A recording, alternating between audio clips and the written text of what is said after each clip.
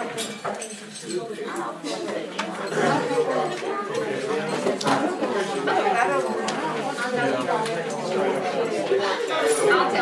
tell him to reply to you. She was As soon as I get understandably home. very nervous.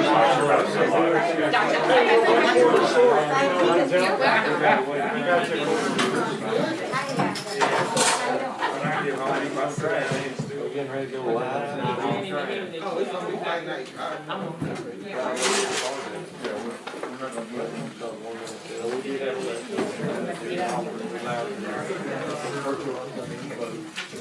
So I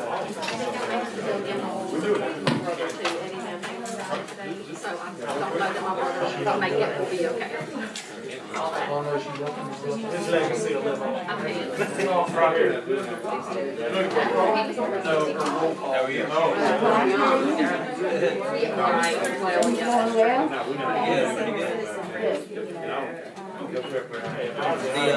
Training 13.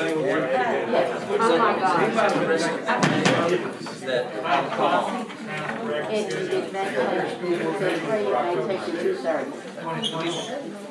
it's fine, whatever it is, of course. We're doing a little. Thank you. Thank you. It's October 6th, time for regular scheduled Taxpayer School Board meeting. This page, we have a roll call. Mr. Dancy, Here. Mr. McGuire, Here. Mr. Benefield, Here. Mr. Garner,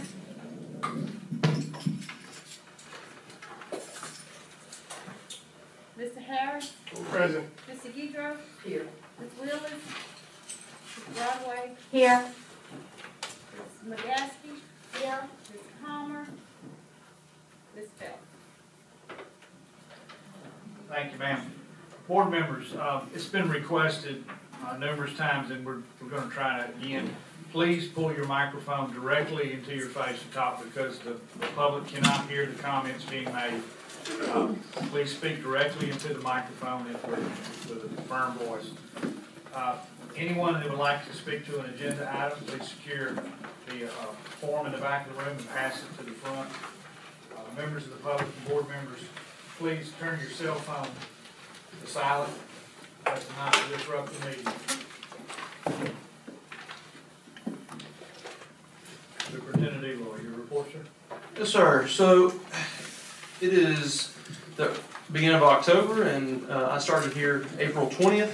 So in a few days, it'll be the mark of my 6 months here in this position. So I thought it was a good time to kind of recap where we started and where we are currently.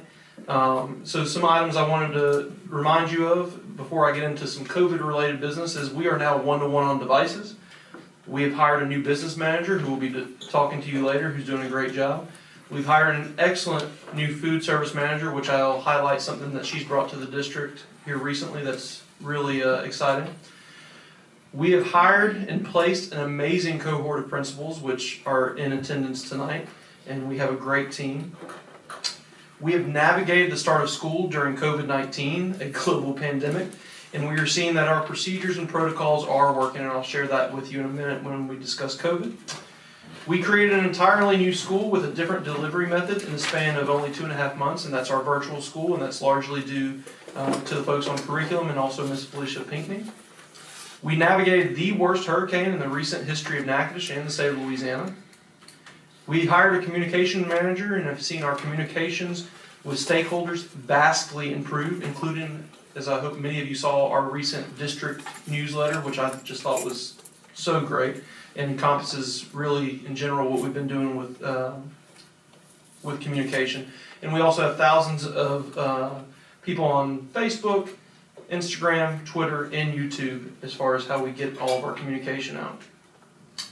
We are also working hard to reduce our uncertified teacher population. That said, I do want to frame this in another context that 90% of our uncertified teachers do have a bachelor's degree, and also 3 of them have a master's degree. And many of them, I've been speaking with them this week, and they are in the process of finalizing their certifications or are in the process of doing that. We're also discussing with Mr. Wascom the need to analyze our budget, whether that's in the form of an audit through a third party or the group that we're already engaged with, but we do feel it's necessary to make sure that the folks in the district, the stakeholders, the board, the parents understand everything they need to about the budget and that we are being transparent about that. We've reviewed all of our internal, I'm so sorry, don't listen to my own advice. We have reviewed all internal policy, we're reviewing all internal policy.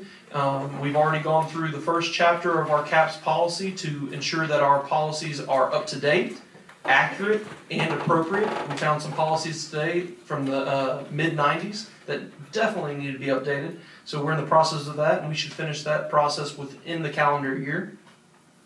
We have also started the Cultural Diversity Committee, which I will update you about, and Ms. Rachel will as well, that I know was a big part of my initial hiring. We have also been moving the district into the 21st century through different software and policies, specifically addressing individual concerns that teachers and staff have regarding payroll and certification issues. And what we've found is we're doing what we're supposed to, but we have some systemic issues, some structural issues that really make that process just difficult to do consistently. And so we're getting some help to those two entities to improve our processes and basically improve how we roll out things to our teachers and staff and make sure that they have a consistency when it comes to their payroll and their deductions and things of that nature. We are also in conversations and have entered into initial agreements with NSU and CLTCC in regards to our associate's degree with both those programs, and those are going to radically change the opportunities that students can get here in Natchitoches Parish.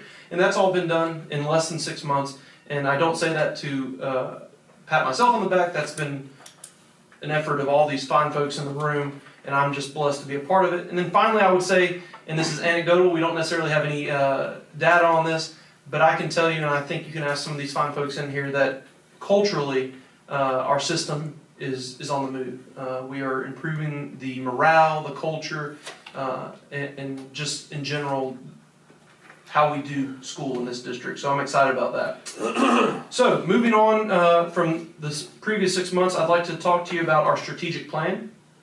When I initially came on, we talked about the first 90 days. Unfortunately, COVID got involved and Hurricane Laura got involved, and so we had to kind of put that on the back burner. But we are now at a point, because we are consistent in how we're addressing COVID, and we're past Laura, thank goodness, although we do know we have another storm in the Gulf, and I'll discuss that in a minute. It's time that we can turn our attention back to strategic planning. So on October 17th and November 7th, we will be meeting on a Saturday with a lot of stakeholders, including our principals and our district staff, and we will be really investigating our strategic plan. Specifically, we're focused on 3 different pieces of research, 3 different researchers. That's Charlotte Danielson. She is the author of The 9 Characteristics of Successful Districts. That's a peer-reviewed, commonly cited paper that she put out, and she's actually reviewed that, and we now have a follow-up to that. So we're looking at what she says.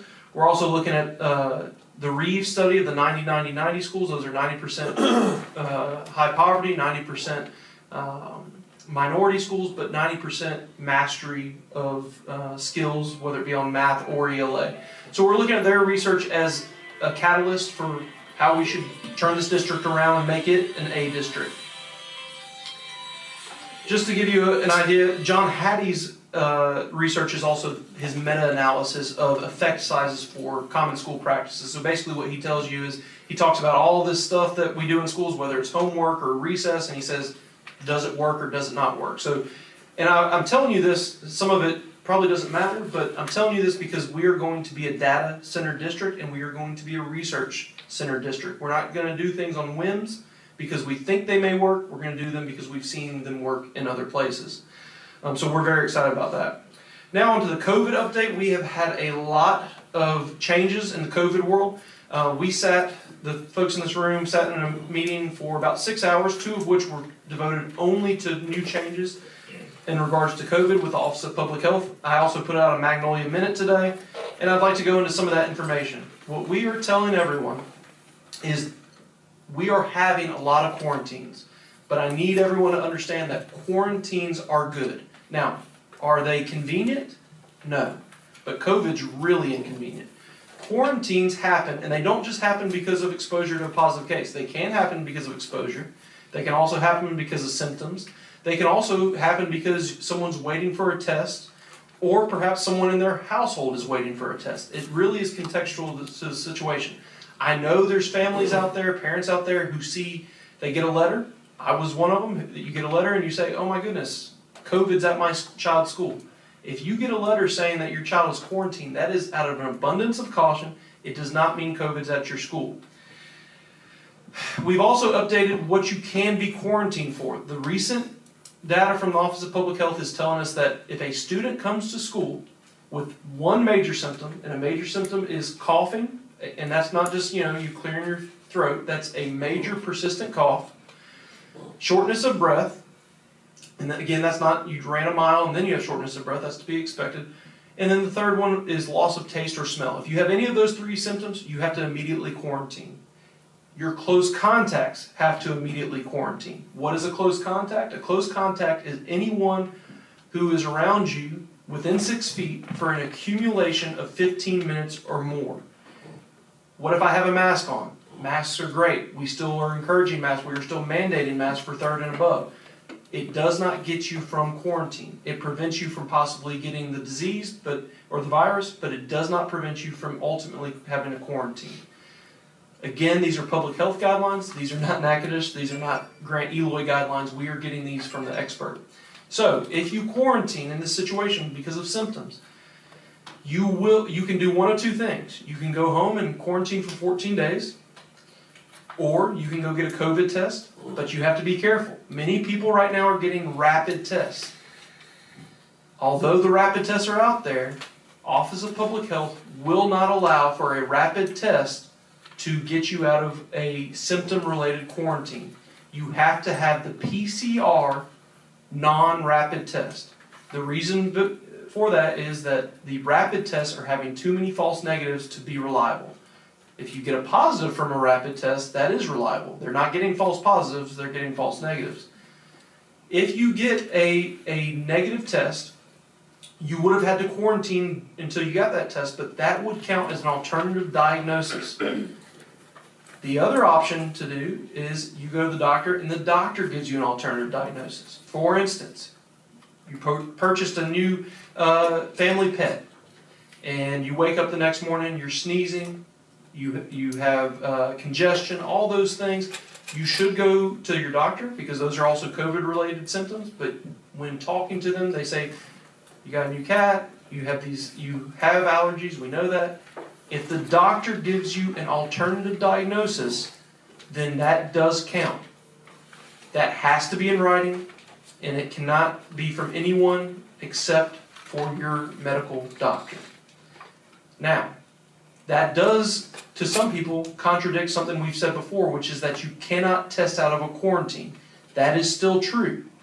You cannot test out of a quarantine due to an exposure to a known positive. If someone in this room, perhaps someone on this board, I won't speak that evil on them, knock on wood, but if they were to test positive and I had exposure to them, I could get a COVID test every day of my 14-day quarantine and it would still not exit me from the quarantine.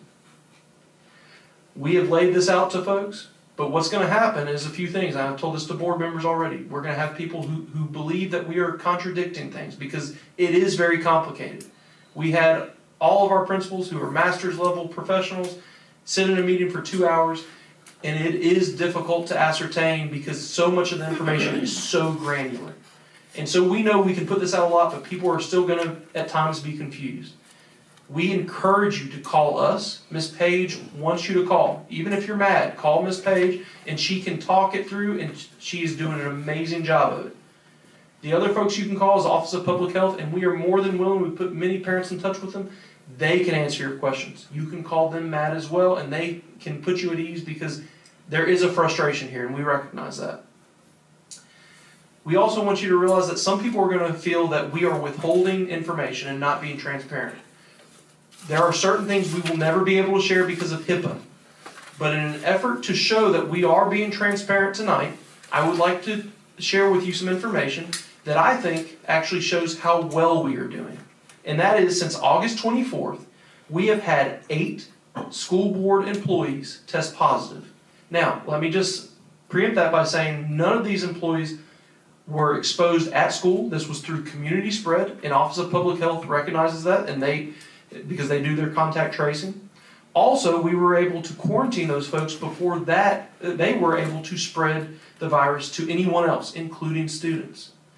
This is occurring outside of school, after hours, whether it be at parties, get-togethers, etc. So we had 8 adults. We have had 9 students. Of those 9 students, 6 of those students were from the same 3 families. They quarantined. They prevented it from going to anyone else, and they also did not catch it again from school spread. It was from community spread.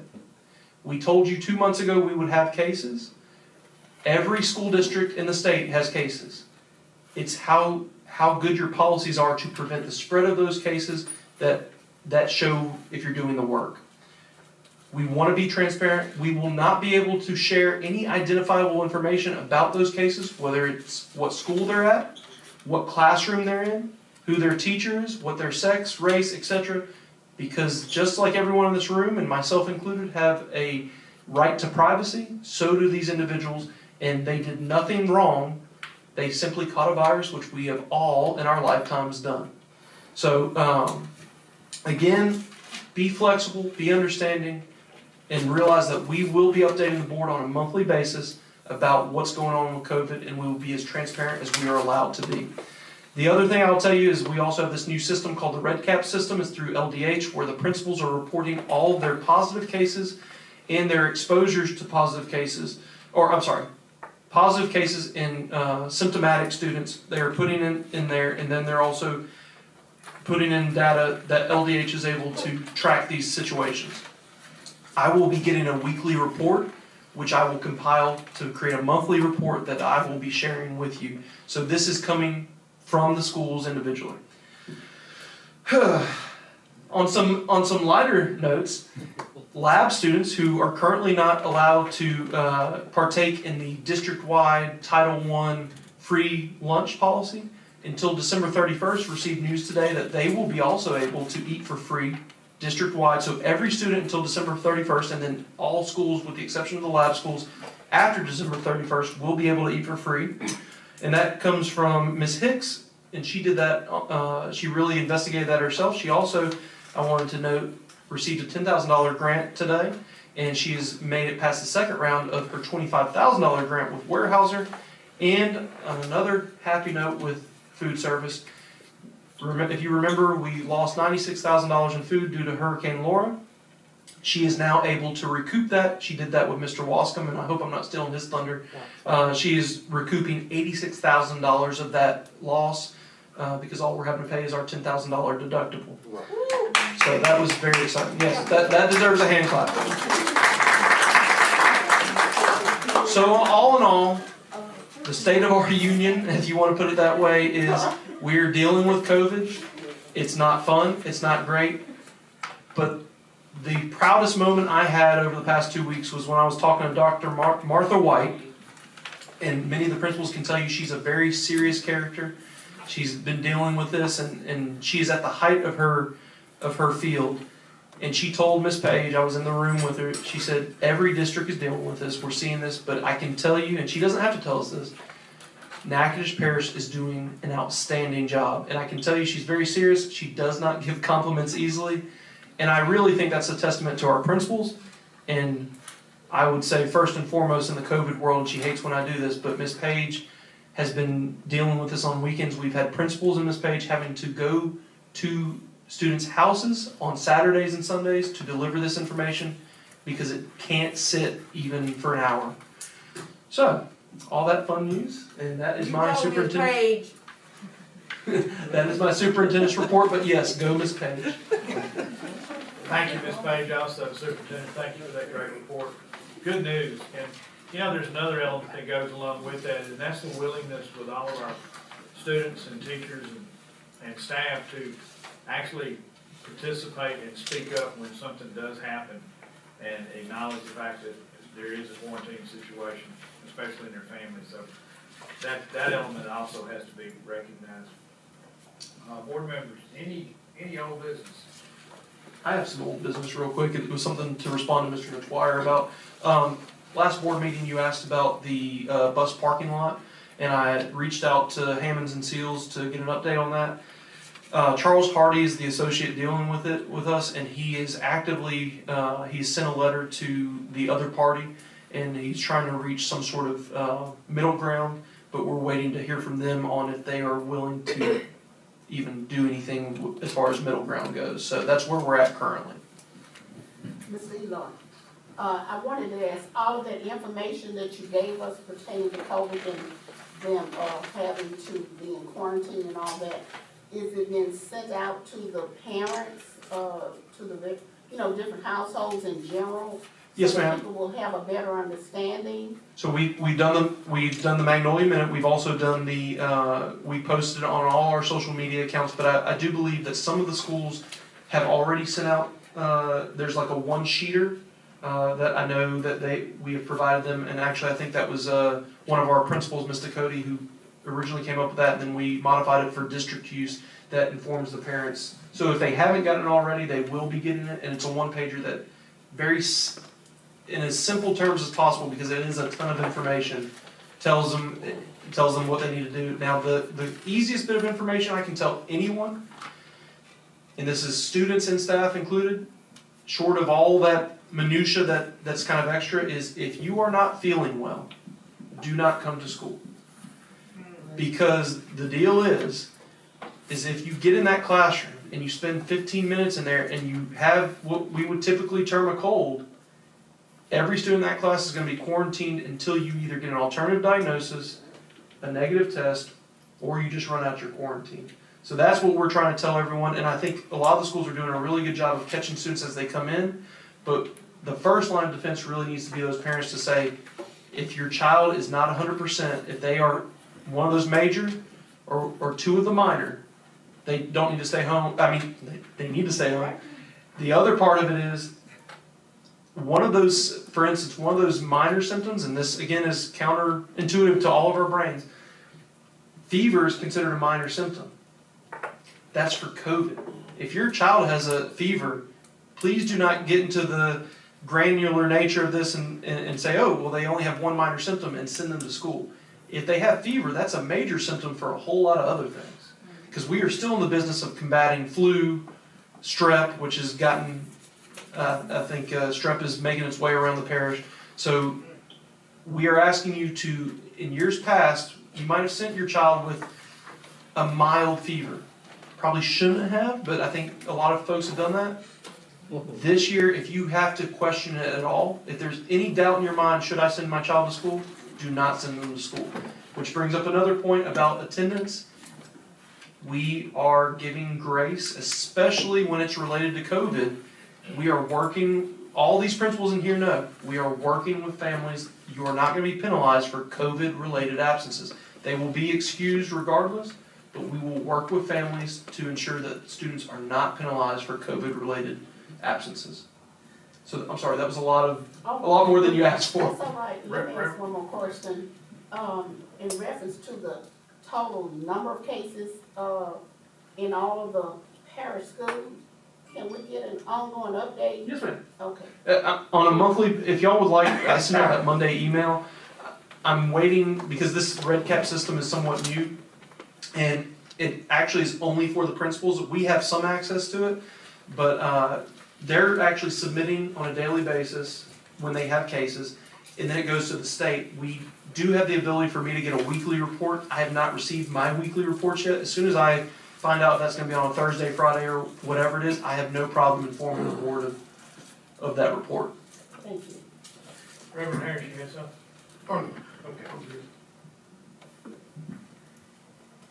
Under old business also, we have a retreat of training actually September 19th down at Pineville High School. The training, I think the board members that attend can all agree, the training was good, very good, in fact, excellent. It concentrated on how to deal with an issue and service the people that approach us with an issue. Also talked about board responsibility, superintendent responsibility. We had quite a few people that were very active in questions and answers, and it worked out very well. The training was provided by Dr. Janet Pope of the Louisiana School Board Association, and so it was really, really good. Those board members that could not attend, I have placed a packet of what the items that we covered on your desk. And any new business? Okay. Mr. Kozad, do we have any comments from the public? No, sir. Thank you. This time I'd like for us to examine the consent agenda.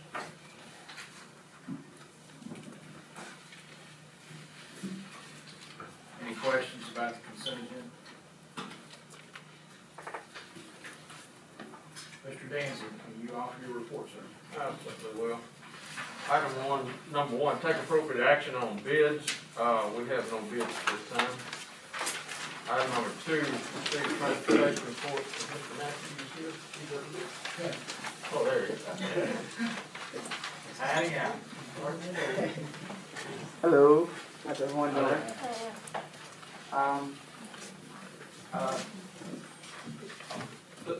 The microphone, so we can pick it up.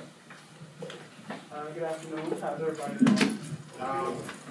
For transportation, do y'all have anything new that's big right now?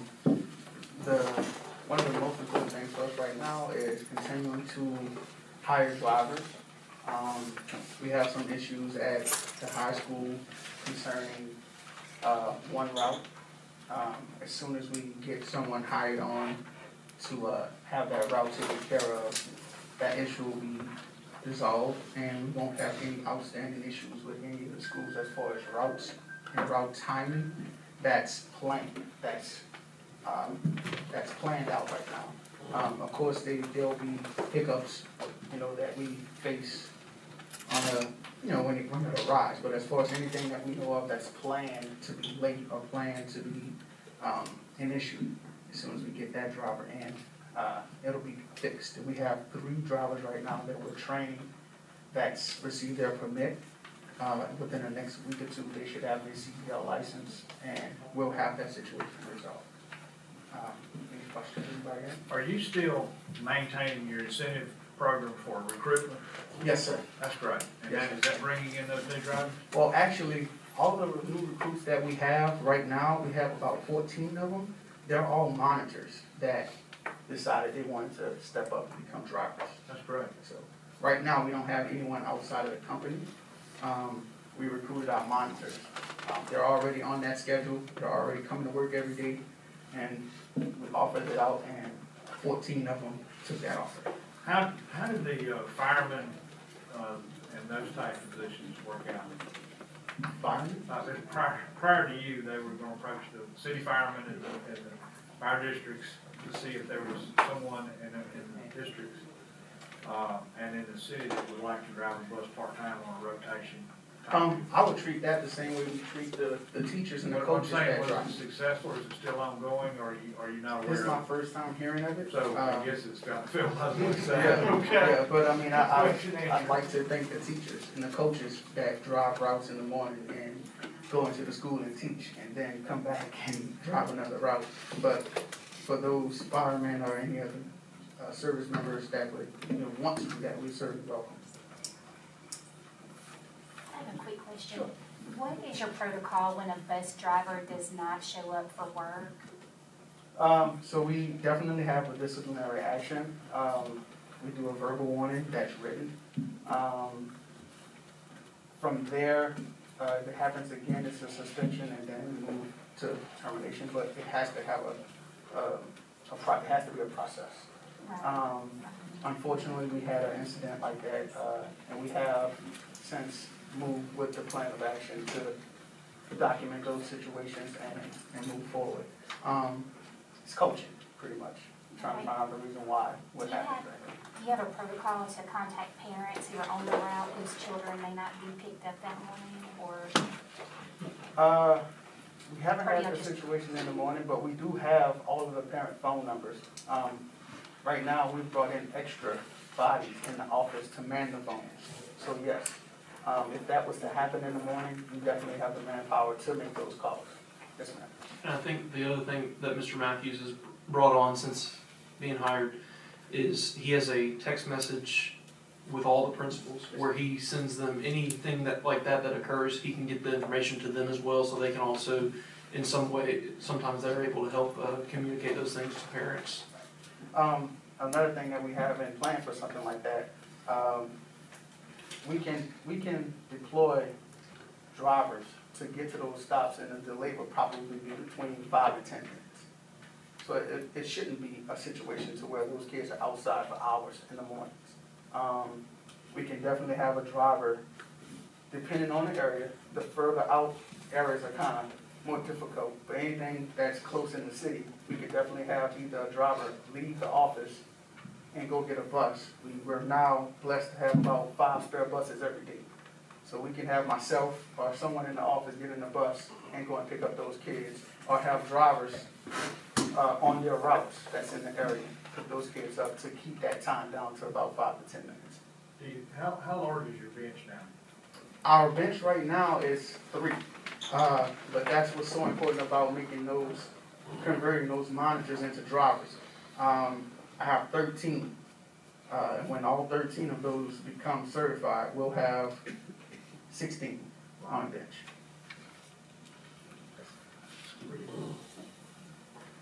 Is it working out better with the new route situation?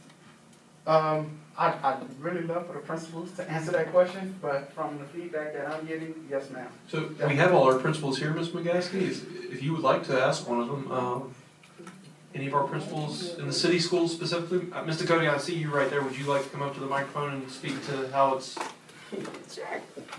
Not to put you on the spot. Never, that's okay. It's much improved. We went from 21 buses that came to Vaughn last year to we have only about 14 that come through by 3:30. We only have 2 buses that remain. He knows exactly what 2 buses those are. And that's his drivers that he's trying to get certified are going to be those two riders. So last year, we still would have had probably 50 or 60 kids past 3:30. Now we only have 14 kids past 3:30. So that's much, much improved. Another question? Thank you, Mr. Matthews. Thank you. Item number 3, tax commission report, Mr. Watson.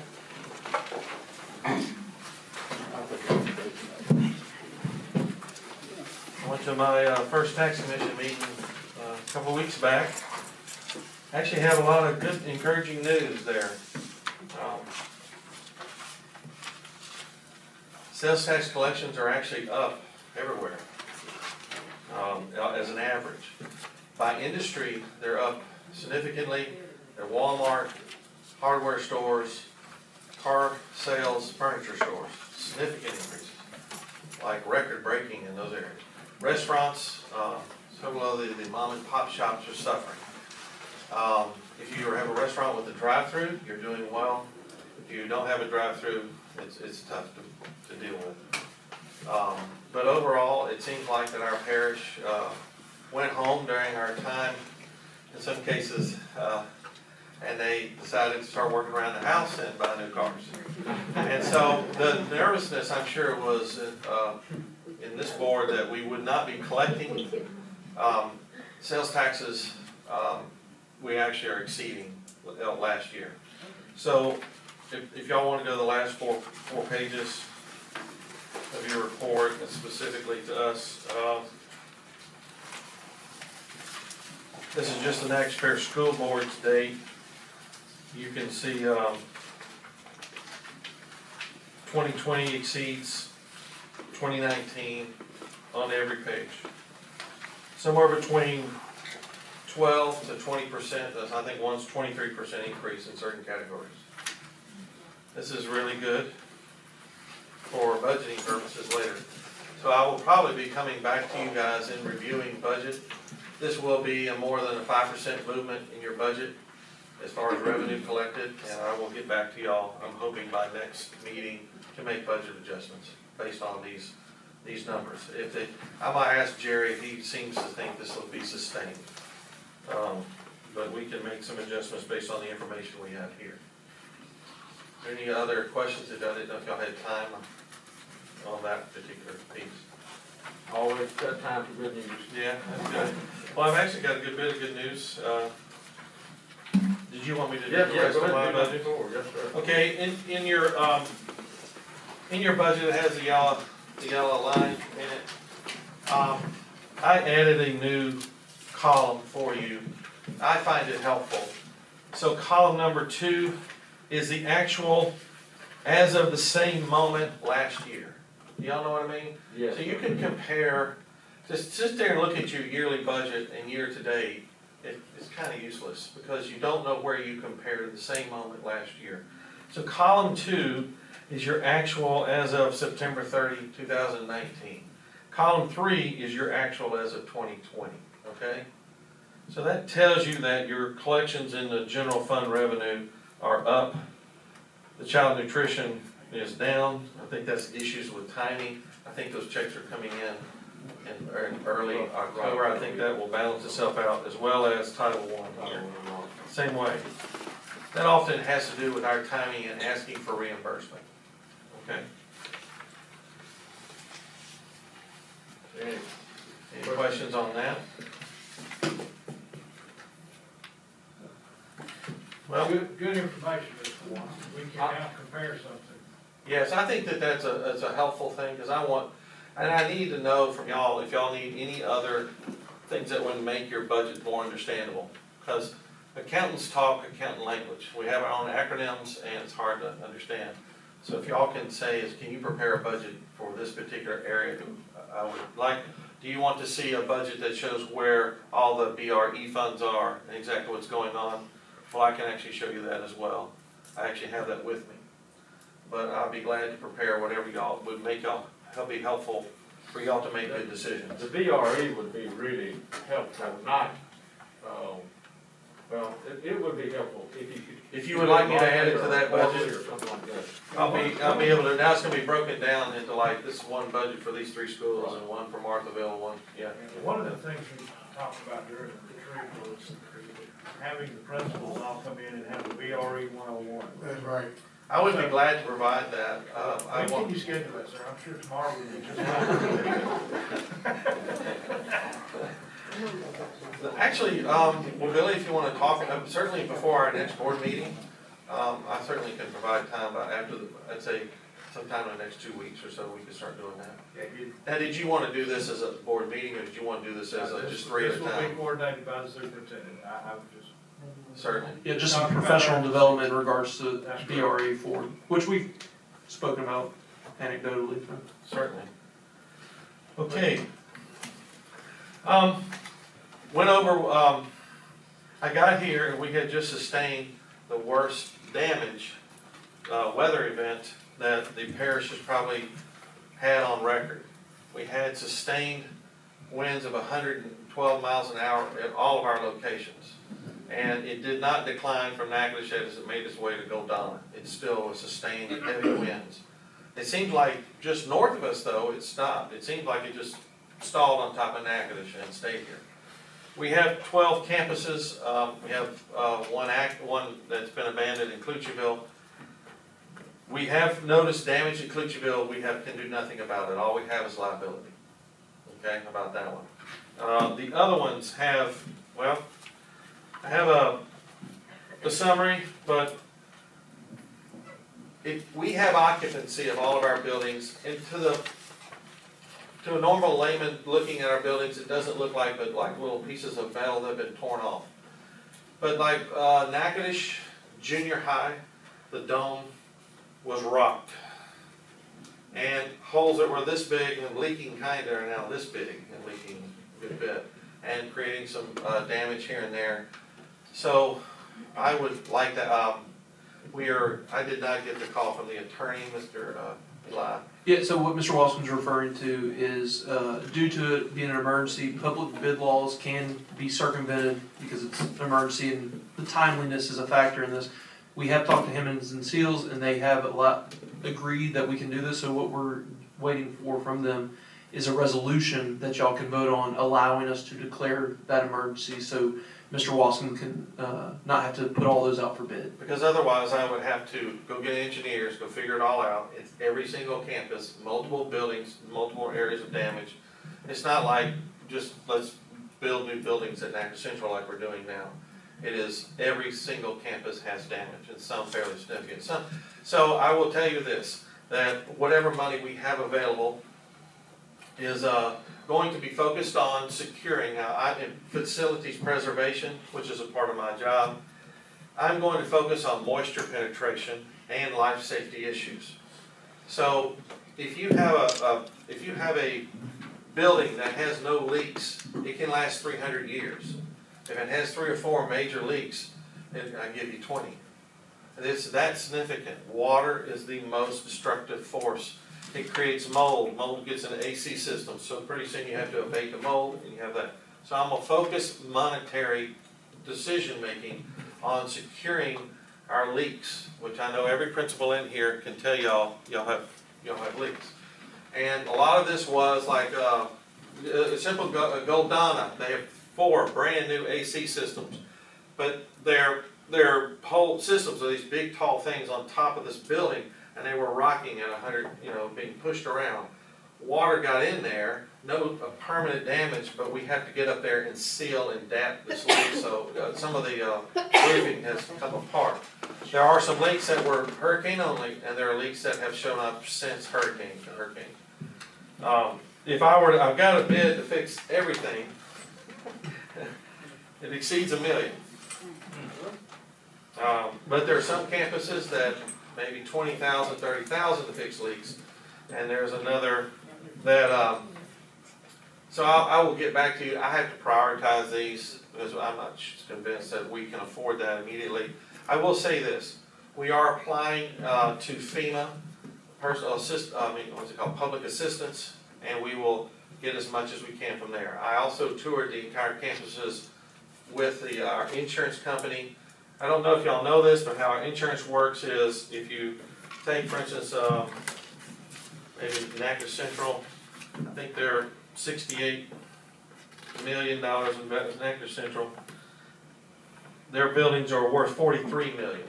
You take 1% of that, that means that our deductible on that location, all buildings included, is $430,000. So if y'all see how that is, I have to get $431,000 worth of damage just at that one location to get any money from the insurance company. However, they did mention about the issue of the food spoilage, and I said, oh yeah, well we happen to have 96,000 for the food spoilage. So that check actually should be in shortly to Shauna's. That reimburses the Shauna's food service. That's not general funds there. So anyhow, it's an interesting first few weeks to go tour all our facilities. I will say it was a great way to assess the condition all our building and facilities are in and what takes priority. So if y'all are all in agreement, I will continue with this priority of moisture penetration and life safety issues. So let's talk about life safety issues. Mr. Cody has a piece of limb on the bus shed that has penetrated the bus shed, and we need to remove all that so that it doesn't continue to fall through if somebody's there. That's something that needs immediate, urgent thing. We had sent somebody out there that it was just overlooked. So but things like that will be where we take our priority. So I do, the maintenance report that was provided is a maintenance of non-hurricane issues, okay? But I do have a list of all the hurricane issues, and it's being finalized with the insurance adjuster. So if y'all would like to take a look of what damage was received at each of the campuses as I see it, and as the adjuster sees it, I'll be glad to provide that to y'all, okay?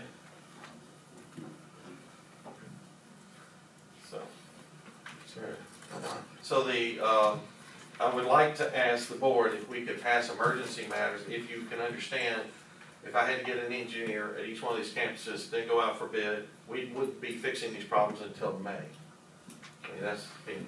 So Hammonds and Seals will have that resolution before the Thursday meeting? I certainly hope. I was hoping to get it here to you to present today. And assuming y'all will allow for that to be added to the agenda. we can. Again, that's, housekeeping items that have to be done and things like this can be done without any issue. Okay. But, and we actually discussed it in this meeting, under maintenance. We did. Now, y'all all understand that FEMA, if they do pay us, hopefully reimburse us for everything, waiting on FEMA money. So the BRE funds are gonna be strained until recovered. I understand. Okay. So, all right, is there anything else? Not the greatest information, but I think we can agree it's nice to be informed. Yes. Amen. All right. Thank you, Mr. Washington. Okay.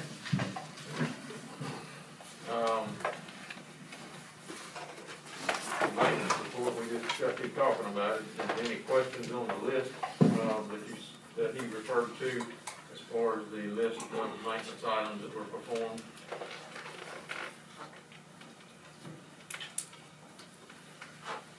Number 6, we're gonna defer that to Thursday night. Number 7, consider approving the Louisiana Workforce Commission Social Services Contract. Ms. Bennett? Yeah,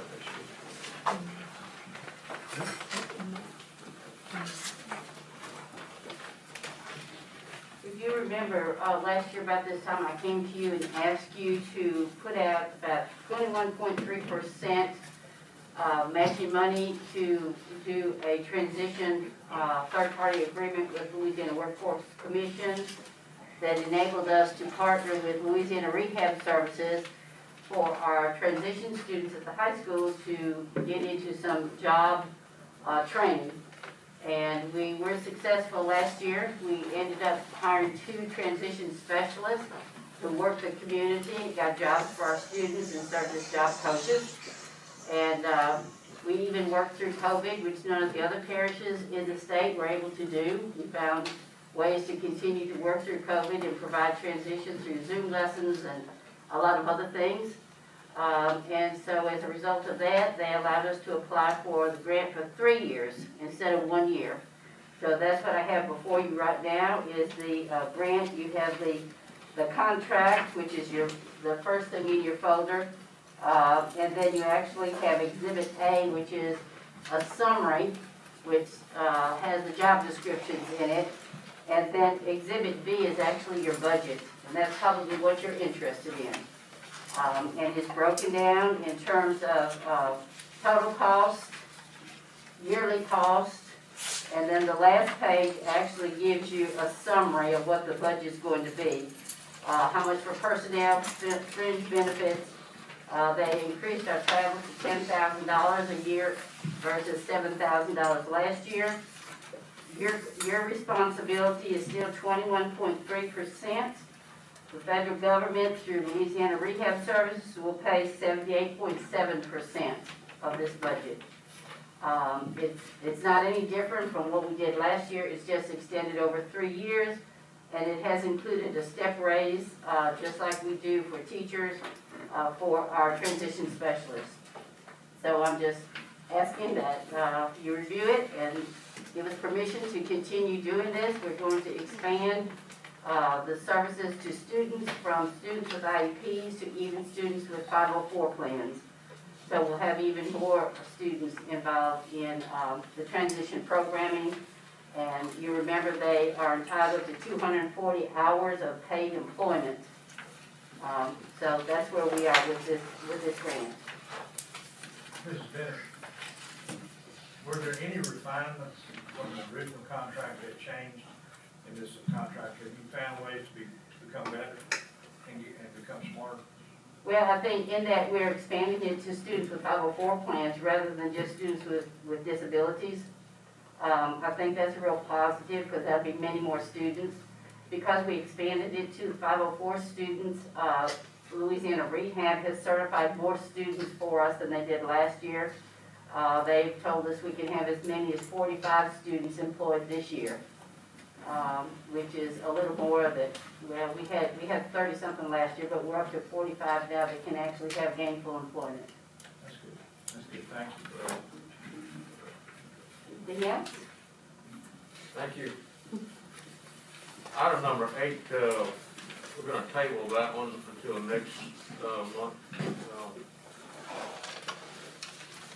When, Mr. Washington, looks into that.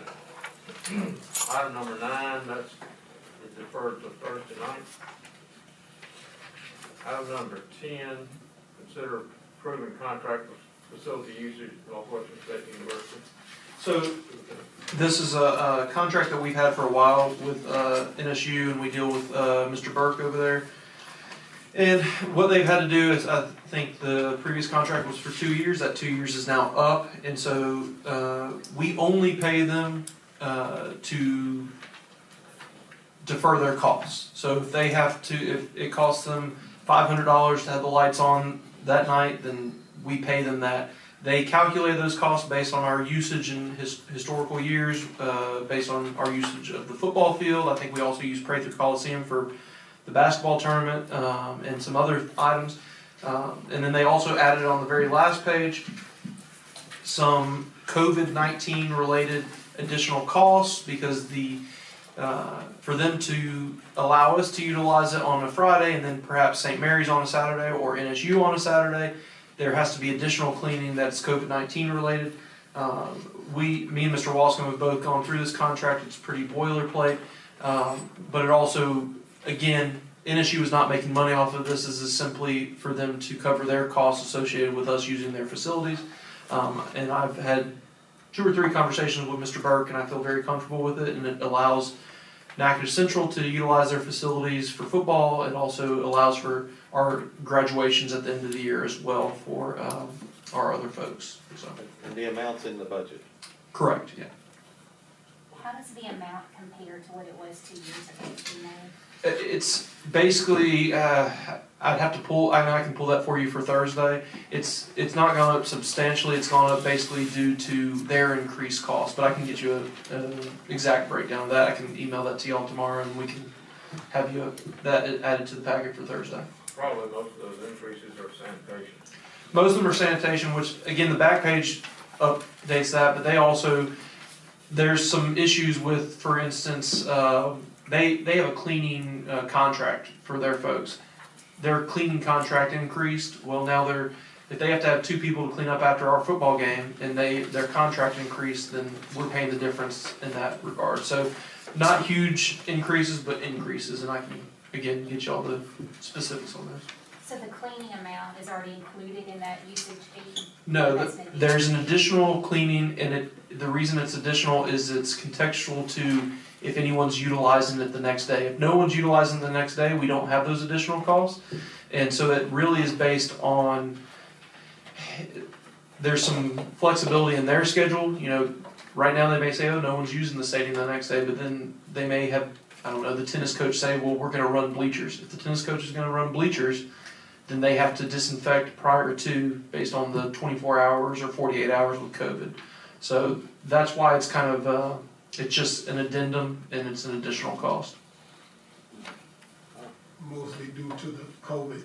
Mostly due to COVID, but some of it is due to the fact that if their contract changed with their facility folks, then they had to, you know, as they said, they want to be good partners, but they can't take a loss on it either, so. Mr. Elon, let's talk a little bit about the band is doing the concession stand. Is that something that's going to continue? So I spoke to Mr. Gordy and Mr. Himes about safely being able to do concessions, and they both have, I believe, implemented programs to do concessions. Concessions are not going to be the same, but there will be some form of concessions. As far as who is running those concessions and who is getting the funds from that, I would have to defer to those principals, because I'll be honest with you, I'm not aware of what program is getting those currently, but I'm assuming they would be able to answer that for you. Well, we know Lakeview plays at Lakeview Stadium. Oh, I'm sorry, you're talking about with the facility usage issue. So will the band be utilizing their concessions to? The band parent boosters have historically served the concessions, and they have NSU has a contract with Sodexo. Mm-hmm. So is that a change? Will there be a change with this agreement? We get permission from them. I've gotten an okay for us to use that concession stand this year. They've worked with us really good, and the band will continue to use that as their main fundraiser. And we appreciate them letting us use it, and this is really the main fundraiser for the band, get them through the year. That's great, thank you, Mr. Gordon, because again, they have that contract with Sodexo, and that could be a stumbling block. Thank you for that information. Yeah, and I'm sorry, I misunderstood the question. That did not get addressed or changed in this document. I didn't see it, I saw other facility use. I thought you were referencing COVID-related policies in regards to concessions. I think it mentioned it somewhere in there. I looked, it's, I got that. Well, no, I think it did.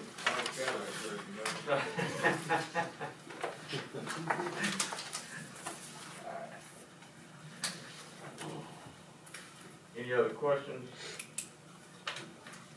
Number 11, consider granting permission for Mr. Perry Watson School Board of Architects to look at the roof on office building and ceiling damage Gold Island Elementary Junior High School. That was Mr. Garner, but I think, Yeah, Mr. Harris, you. yeah, he just wanted to make sure, as we capitulate to item number 6, that, we would be able, once we, approve, our millage that we increased, that we would get on this particular item, that it'll be prepared for going out for bid, anywhere between, January and February. You know, and I think he's discussed it with, Mr. Wascom and the principal here. And I think we have a technicality on number 6, the reason it's not, it hadn't been done.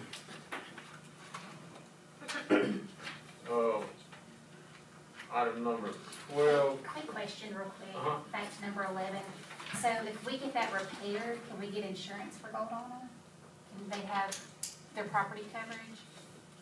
Or do you know why we have just liability on that Gold Island building? No, I'm sorry, it's No. Clutcherville. If I say Goldana, I'm sorry, it's Clutcherville. No, he said Clutcherville. Clutcherville. You said Gold Island. Okay, Clutcherville is liability only because it's been abandoned. Okay. I'm so- sorry if I misspoke. Okay, so Gold Island does have. It does have insurance. insurance, yes. Okay. Yeah, Mr. Garner's concern was if we go it alone, something happens, then we, may have an issue. Right. So he really wanted someone to look at Right. structural integrity of this situation. And you might have already looked at it. I don't know. Yeah, I've actually got that on my list, so then I can lower my number by that. And item number 12, consider approving installation of sidewalk from the parking lot to the ball field and from the ball field to the main building at Perry Elementary Junior High School. Yes, and Ms. Williams is here. It was on our alternative bid, and so we just wanted him to come back and look at it so that we could go ahead and begin to get it done. I've also contacted Refuge Foundation, and I'd like to get with Ms. Williams and Mr. Wascom and Ms. Hicks, so that we can possibly get some money through the Refuge Foundation that to Healthy Fitness Initiative. That's $25,000.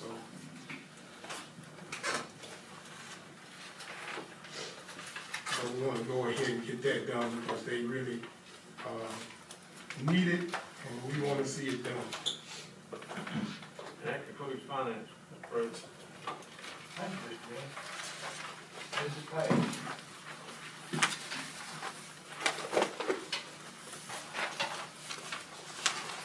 Well, we've covered everything tonight, every category. Okay. Look at your sheets. Don't if you have any questions. Thank every employee you see. I have a question. So F on 4F was on there last month. Yeah. Yeah. And I was going to abstain last month, but I missed the meeting, so. I didn't know, are some of the others repeats too, or was that just a typo that it's on there at the end? I don't know. I didn't. She wasn't a teacher. So she changed. Get a little closer. We can't hear you over here. Okay. Thank you. Can you hear me? She Ms. was Page? a non-certified teacher before. Okay. I don't know if it was like that or not, but that is what happened. She was a non-certified teacher, now she's a teacher. Okay, I just wanted to make sure it wasn't a repeat. It could be, it could be. Well, it might be that she's on here as a virtual teacher and it probably changed. I'm not sure. She was virtual from the beginning. She was virtual from the beginning. We'll check it out. Okay. But it was effective August 24th, as we said.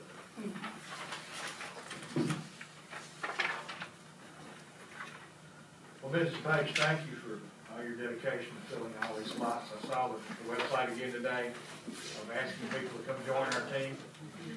And as Superintendent Eloy has anointed you or appointed you our COVID czar. Yeah. A great job you're doing there. Thank you. But it's everybody. I mean, in spite of, because I don't want to start preaching. I'm not a preacher. But in spite of all that's going on, we have some frustrated people, we have some dissatisfied people, we have some disappointed people, but we have the greatest bunch because we have some hard-working people. So when we have our little meltdowns, we all have, we get right back up and start working again. So I mean that when I say it. When you see our employees, please say thank you. Please say thank you, because we're working harder than we've ever worked. I think some people under they're, I don't know, they've made the mistake of thinking that we were out and not working and it is easier. Has it been easier? No. No. But we do this because we love what we do. So thank you. Ms. Page, Yes, are we running into a shortage in, with virtual or in school because of, much of a shortage because of the situation overall with COVID? Not more than usual, and I know No more that than sounds usual. crazy. We've been in a shortage for the last 10 years, and not more than usual, actually. In fact, we may be doing better. We still have a shortage though. See Ms. Page, sign up today. All right. Thank you, Ms. Page. Mr. Harris. All right. Report, sir. Item number 1, consider approving naming of the NCHS football field, the J.D. Garrett football field. Mr. Gordon.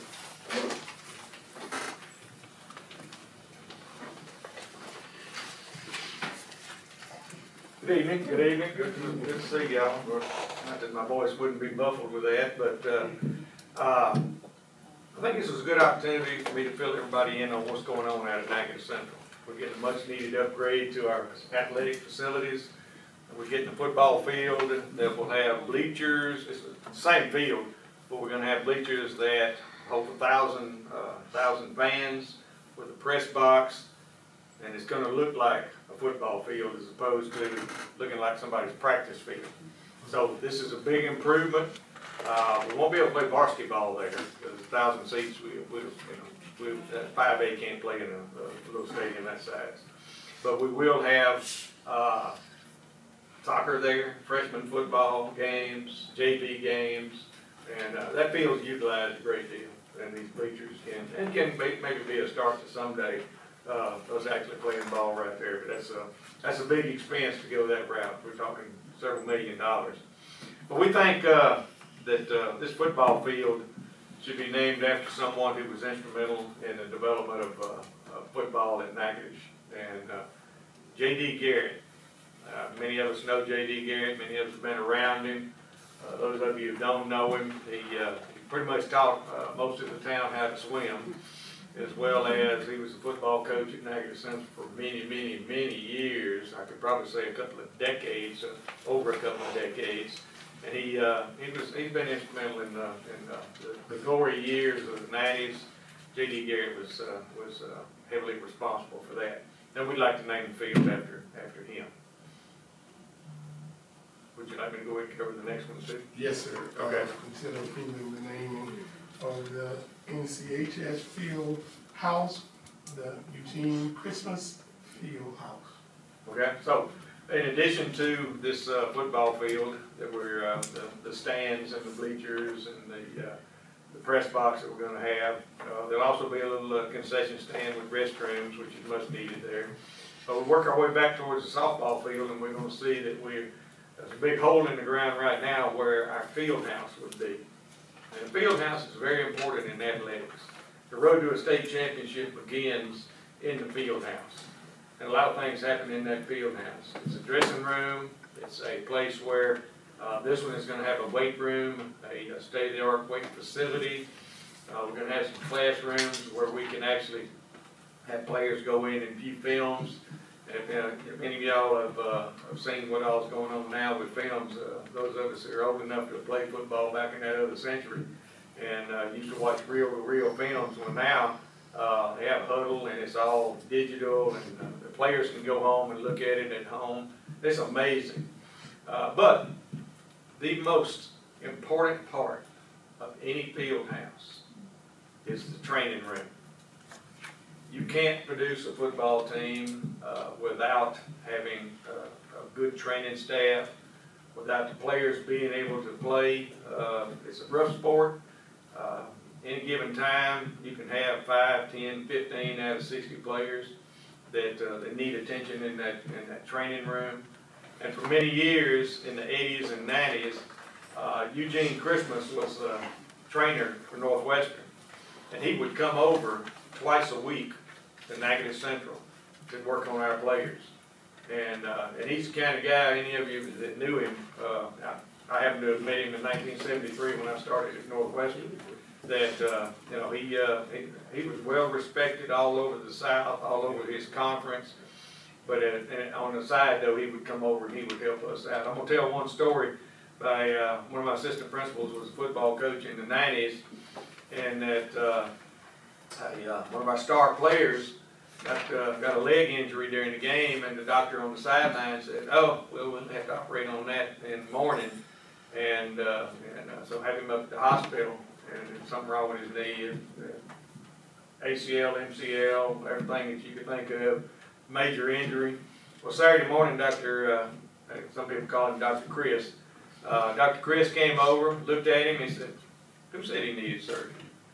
And I may get the medical term wrong, but Mr. Chris noticed that he had, I think it's elegant sliders or some kind of sliders where both knees had an extra bone, both legs had an extra bone below the knee. And that doctor had misdiagnosed this guy's kneecap was all out of place. And so Dr. Griffin said, "Oh, he's all right, he can play Friday night." You know, so this is the kind of guy he was and the contribution that he had. We'd like to name the field house after Eugene Christmas. Mr. Gordon, he started that in the 70s. Yeah, well, I worked for him. I worked for him. I know in 73, my roommate was When he walked into the room, people, they listened. Oh, yeah. And of course, all of us that know him know that he had a physical disability along with his he walked with a limp, and one arm would be kind of like that, but he was a tremendous trainer. So we would definitely like to, one, have the football field named after J.D. Garrett, and two, have the field house named after Eugene Christmas. They did that all that for free, too. Oh, yes, All that he for was, free. he was doing that on his own. Is it just involve some kind of placard on there? I mean, what kind of? Well, there would be a placard on the building for the field house, and then the press box would have in large letters, J.D. Garrett Field. Oh, this will be a big nose thing, and they've asked us for the colors, and it's gonna be nice. I promise you. I'm excited, and a lot of our athletes are excited too. Football coaches, and it's just amazing what we're getting done over there. Should be a lot of former players and things too excited. Oh yes, oh yes. J.D. Garrett coming on board. Okay, anything else? That's it. All right, thank y'all. Okay, item 3, consider approving pupil progression plan update. Mr. York. Okay, pupil progression, it's that time of the year, I think we have to get this into, our pupil progression plan into the state later this month. And so there's three additions to the plan from 2019-2020. I'd refer you to page 25 first. In that respect, we are increasing dual enrollment opportunities to 9 hours for students at the high school level. This is part of the journey to getting the associate's degree.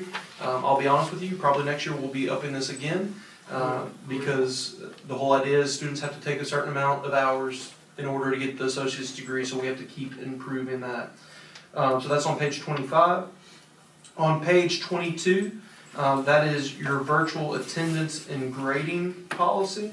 And basically what that's saying is what we're proposing, and this is in line with what many other districts are proposing, is that students who are in one of three categories by the 6th week of the 9-week grading period, and those three categories are multiple failing grades. The other category would be just lack of participation. We have several students who are in virtual who have not logged on once. And then the third would be that they are not communicating with their teachers. If they are doing one of those three things, it will be communicated to them and their parents that they are on academic probation, with the idea being that they can easily exit that academic probation if they show marked improvement. At the end of that 3-week period, which would be the end of the 9-week period, if they have not shown marked improvement, they are still failing multiple classes, they are still not communicating, they are still not engaging at all in the lessons, then they would lose the privilege of being in virtual school and would have to exit into face-to-face. What we looked at is we looked at every other district with this. Many of them are taking a harder line than we are. We recognize that people have made this decision out of deep consultation with their family, and we want to give them a warning before we just pull the rug out from under them. Now, I would also say that to me it's, if your child is not doing anything in virtual school, you should have been aware of that. But we still want to give them that 3-week grace period to understand the repercussions of what will happen. And hopefully they'll turn around and can be successful, but if not, we would pull them from virtual. And then the third item, page 22, the face-to-face grading policy. Probably need to give that a little extra discussion. There has been an issue in the district prior to and it opens a can of worms to some extent, but whether to give students zeros. Many of us, when we were in school, there was no question. You got a 0 if you earned a 0, if you didn't do any work. The reason behind some folks considering not giving zeros is not because we want to have students who get something they don't deserve, but it's the mathematical nature of an F. If you look at a B, that's a 92 to an 85. That's a 7-point scale. Same is true for all of the grades except for an F. So a student could potentially get a 66, they have an F, you can recover from that. But if they get a 6 or a 0, mathematically that is much more difficult to recover from. That being said, we recognize the idea of giving students any score, whether it be a 50 or is anything above a 0 for work not earned, is a difficult prospect for many people to accept and understand. So what we've determined is what we would actually like to do is something that we think kind of meets in the middle. Students who do not complete a test or any sort of assignment will be assigned an I. And this actually comes from, we were talking with the curriculum team and Mr. Legrand, there's an excellent study out there called The Power of the I. And what that does is, instead of a student become overwhelmed with having all these zeros, you give them an incomplete. So you're not failing, you're just incomplete. What they can do is they have until the 9 weeks to complete that work. If at the end of the 9 weeks, assuming there's not some extenuating circumstances, they still have that I, then it resorts to the 0. Now, the other part of this is, if a student receives a score anywhere below a 75, because we do know students can genuinely earn, they can take the test and they could receive a 0 just because they get every answer wrong, or they could get a 20 or something that's not beneficial to them. What we want to do is put into pupil progression policy is that they would be able to reteach, retest. Because what we're really talking about here is there's a misunderstanding of what grades are. Grades should be able to tell me, if I'm the teacher in the classroom, exactly where a student's understanding is. They should not be punitive. They should not just be subjective and be able to say, hey, I brought something in the class, some Kleenex for the teacher, their supply closet, I can get bonus points. It should truly be where they're at. So the idea of reteach, retest, if a student does poorly on a test, they could be retaught, retested, and then improve their situation so that it's not punitive. The other part of this is if they take the same test, we would average the first test with the next test to get the new score because it's the same test, but they would also have to provide justification of their answers. So perhaps it's a A-B thing and they're connected vocabulary, so it's not just saying, oh yeah, I should have answered B, it's I should have answered B, and then they put the justification of the reason they answer is this, is da da da da da da da, which gives it more credibility. If they take a new test, a version they haven't seen, then they are able to take the highest score of the new test. And that's because they haven't been exposed to the information, so we want to give them that benefit. And we also want to realize that the reason we're given two options there is because in some cases a teacher is not able to produce a new test, and but we also don't want to penalize the student, but we also want to recognize that teachers have a heavy workload, especially this year. So again, I feel like this, I think we talked for days and hours within those days over this because it is it's a hot button. And we wanted to not overburden teachers, but also we wanted to give students a chance to improve their situation. And again, it's changing this mindset that grades are not punitive, grades are not competitive, grades are should be a simple reflection of where a student currently is. And if that means that they took a test the first week of 9 weeks and made a 0, but then later on they're at a 90. Well, really, the reflection should be closer to that 90 because now they've changed, they've improved. So that's the thinking with that. I would highly recommend that you read these policies closely because I'm not insulting anyone's intelligence by reading them directly to you. I'm just kind of summarizing our thinking with them. But if you have any questions, I'd love to get those questions before Thursday. So if we need to make any addendums or amendments to these things, we can do so. But any questions on those matters? Let's go to page 5. Okay.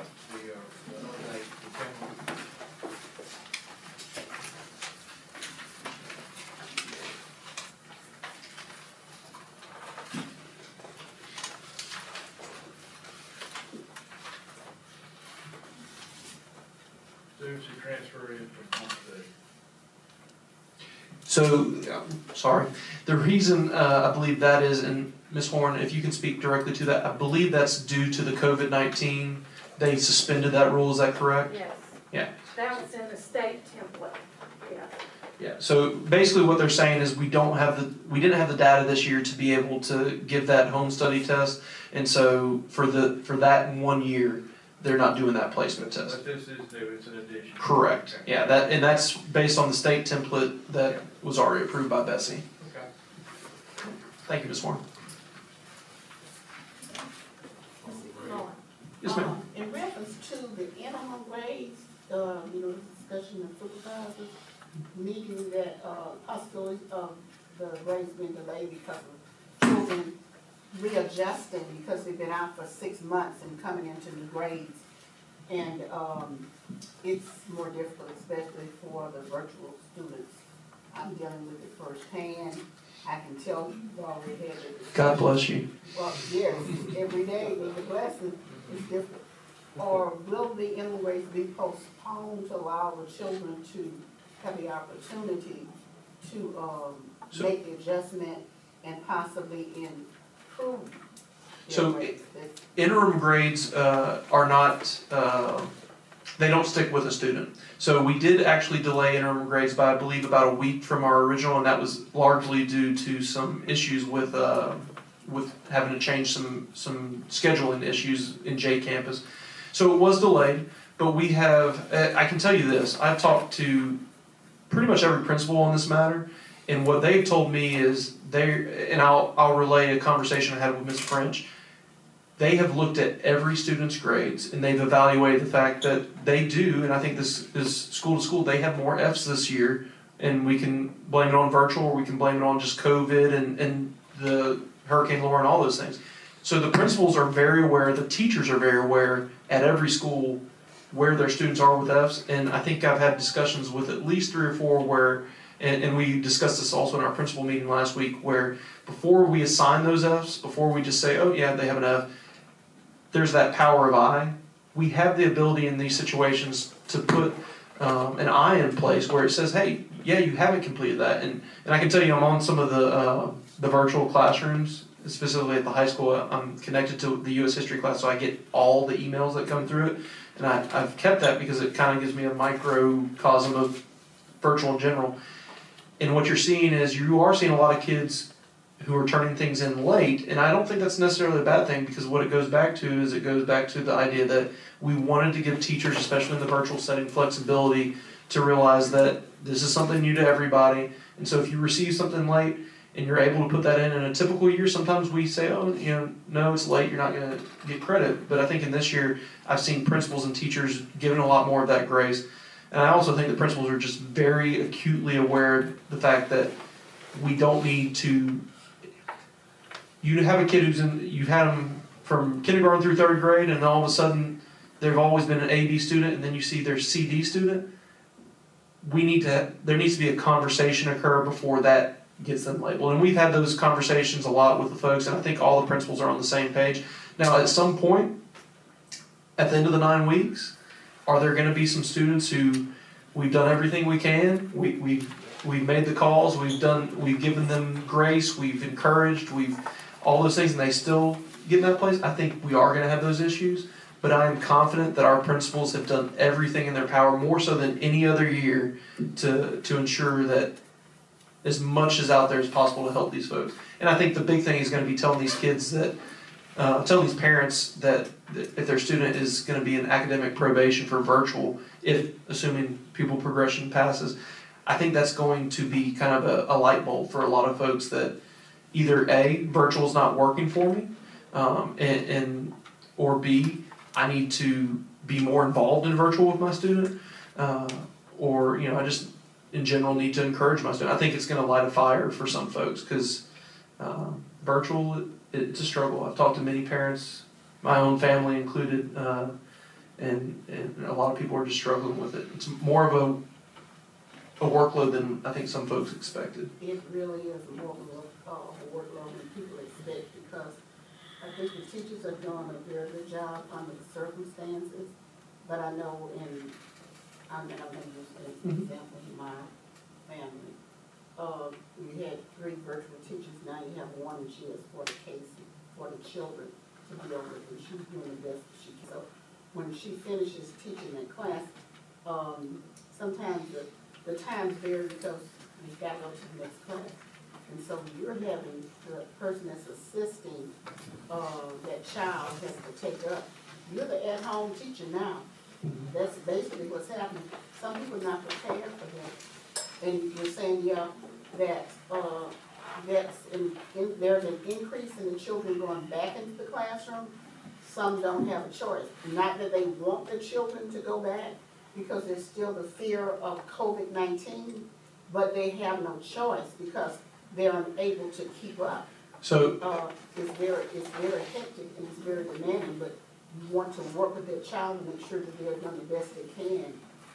So, that brings up a good point. I've had numerous discussions with the curriculum team and some of the principals about also, there will be a need this summer to have a very robust, probably whether you call it summer school or remediation or enrichment, whatever you want to call it, for some of those kids who were in virtual, that hopefully the summer brings about some lesser restrictions regarding COVID or some good news regarding COVID. And I think we all agree, principals and otherwise, that we're going to have to address that in some sort of summer school setting to do some of that unfinished learning. I want to go on record on complimenting our principals and our curriculum team and you, Mr. Eloy, for the stance you all have taken to assure that our students just by giving them F's or zeros. Psychologically, it does something to students. We got a school up in Jefferson Parish that no child is given an F nor a zero because they are made to learn. And I like that. So hats off to you. Item number 4, discuss the adoption of board communication software, board docs. At our retreat in September, September 19th, Dr. Janet Pope pointed out that the system that we're using is somewhat antiquated, mailing out agendas, and by the time it gets to us, the agenda's changed quite a bit. One of the things that she did mention is for us to consider one of the software programs, Board Docs, which will get the agenda to us the next day, or actually the same day that it's sent and it's published. It's just for board members, it's not for the general public. We can Well, make I'm sorry, can I mention one? There is an item that is part of the general public. We talk a lot about transparency, and Dr. Pope did. Board Docs is the #1 thing in order to create more transparency, because it puts all of the minutes, it puts all of the agendas automatically online to the public. So there's a piece that is for the public, and it helps us in that regard. But initially, when we, Yeah. the initial version, when we're still developing the agenda, is for board members. So, thank you for that clarification, Superintendent Eli. I received my agenda on Saturday. By the time I opened it up, I still had an agenda. I didn't have any of the information that we could have had to look at. So I think we need to accelerate where we are with our agendas and where we are with our information, and adopt the software that will bring us into the 21st century.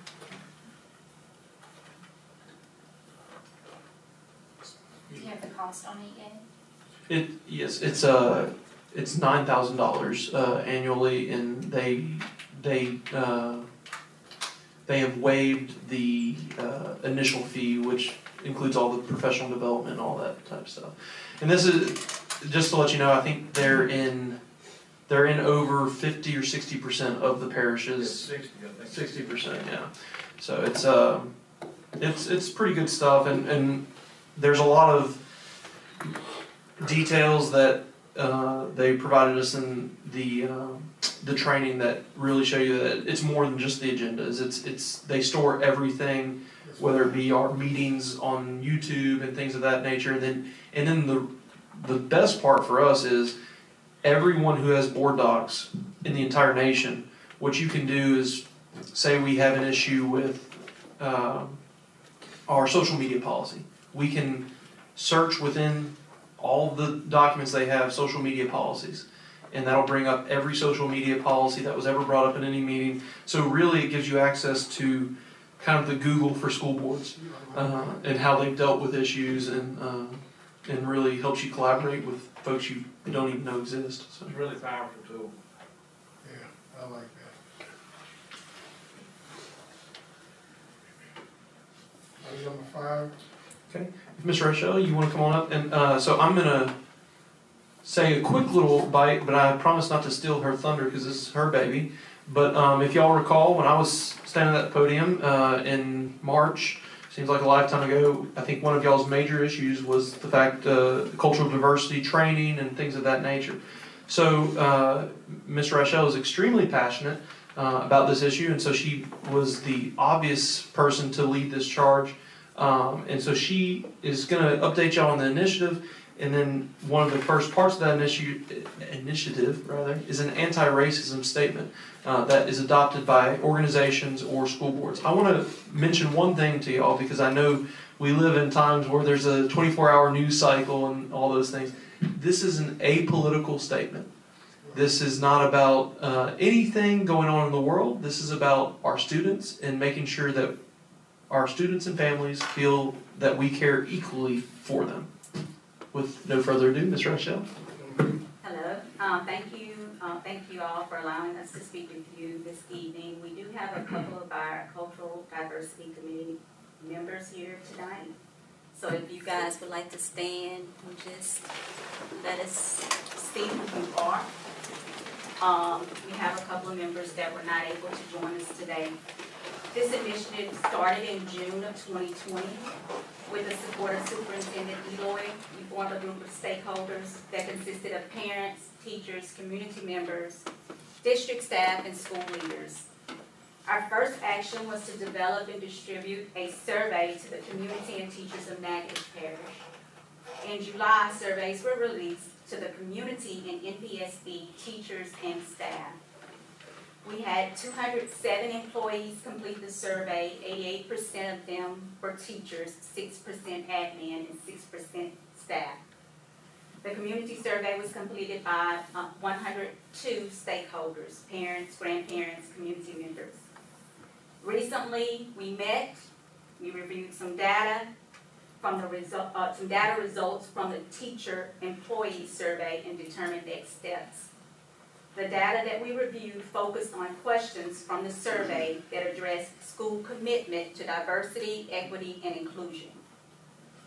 We also looked at the work other organizations are doing to address racism. One theme continued to show itself, and that's the releasing of a clear and actionable anti-racism statement. School districts, universities, and companies are taking this first critical step in their fight against racism. We do have Ms. Terrio here today that she will read to you the anti-racism statement that was crafted by our committee and that we are asking you to adopt tonight, well, Thursday night. This statement will serve as a guidepost for the equity work in our district, and it will also provide a framework to focus on racial equity at every level. Ms. Terrio?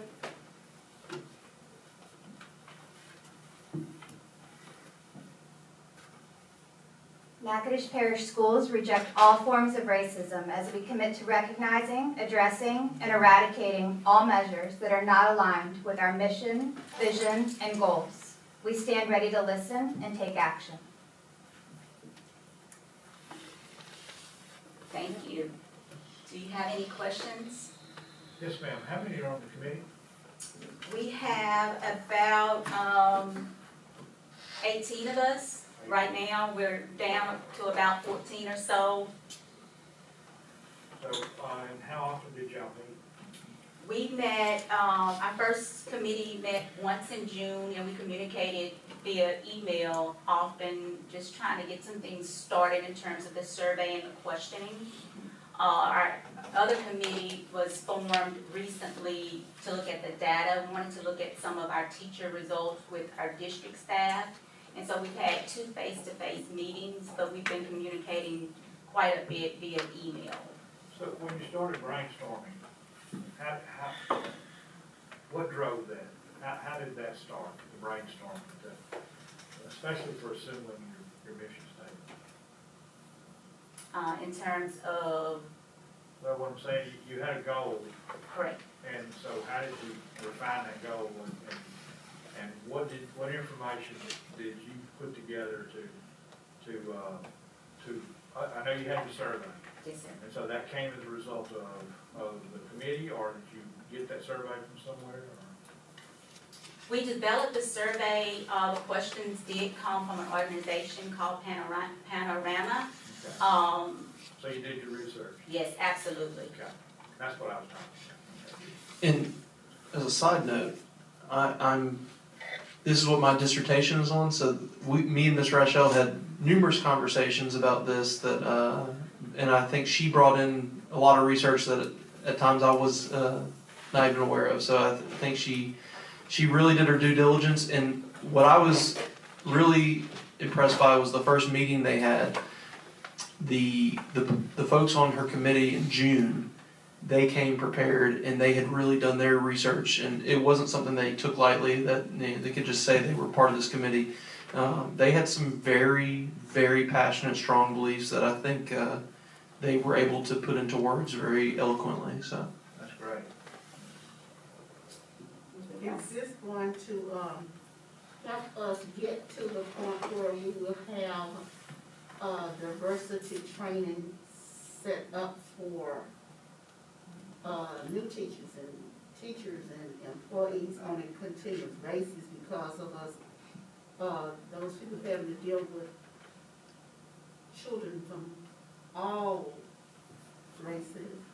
You know, here, we know that the African American students are basically the majority of the schools.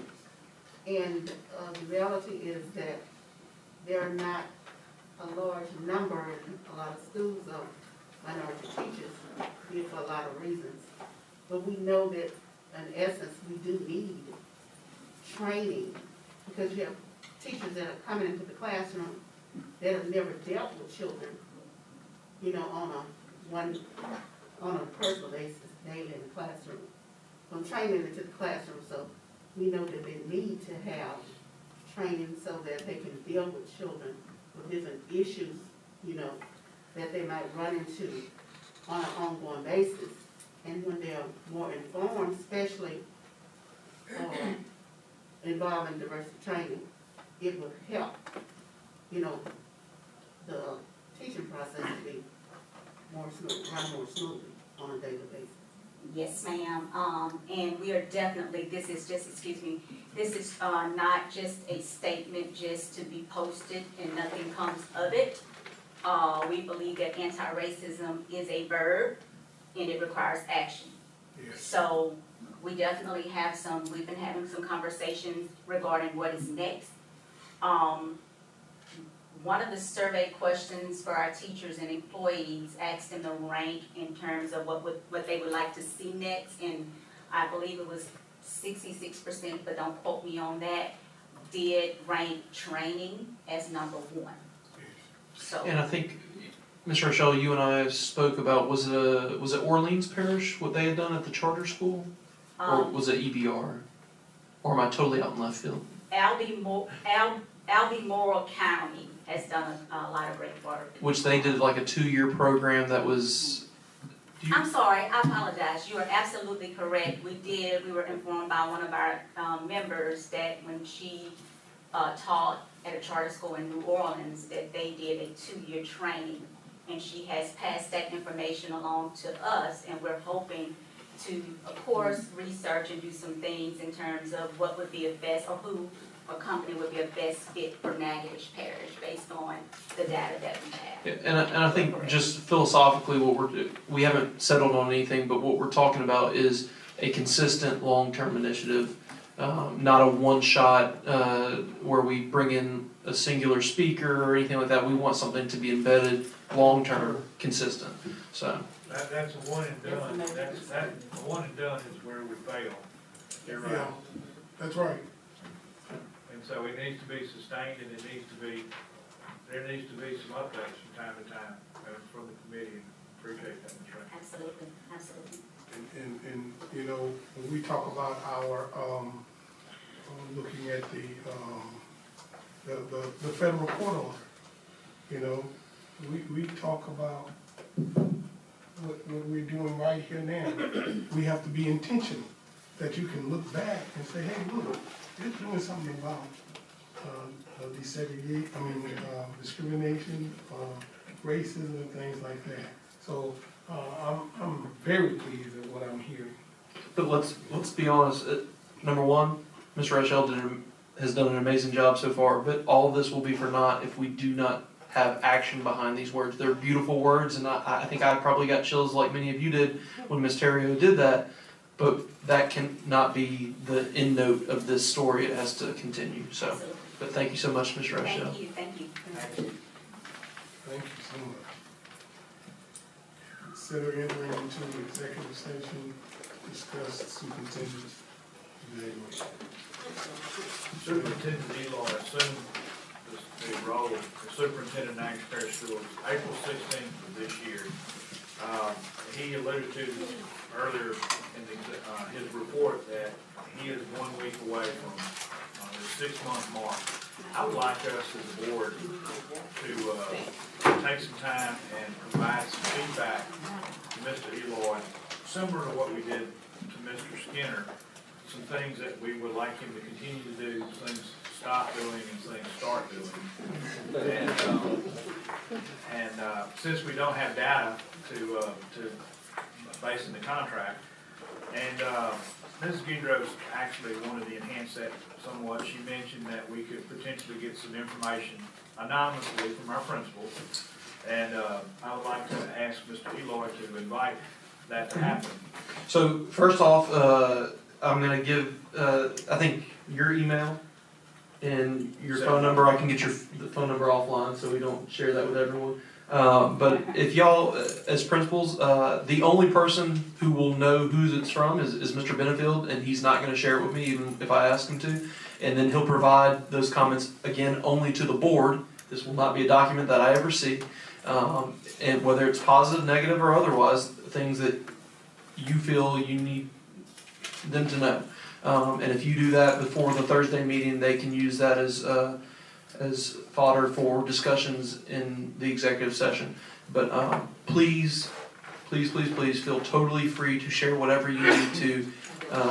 It's not going to have any sort of retribution if you share things that are uncomfortable or anything like that. So no worries there. And if you need Mr. Benefield's phone number, please get with us after the meeting, or if not, just shoot him an email.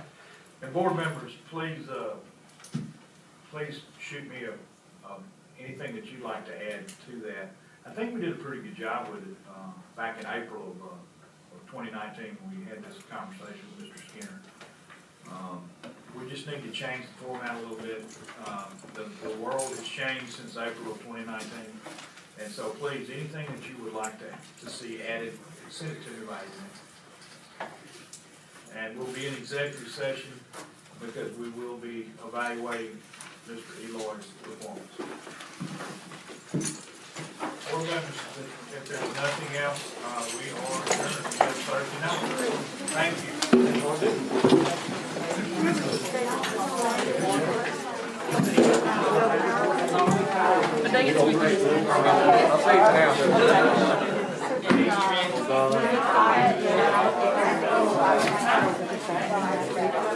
Another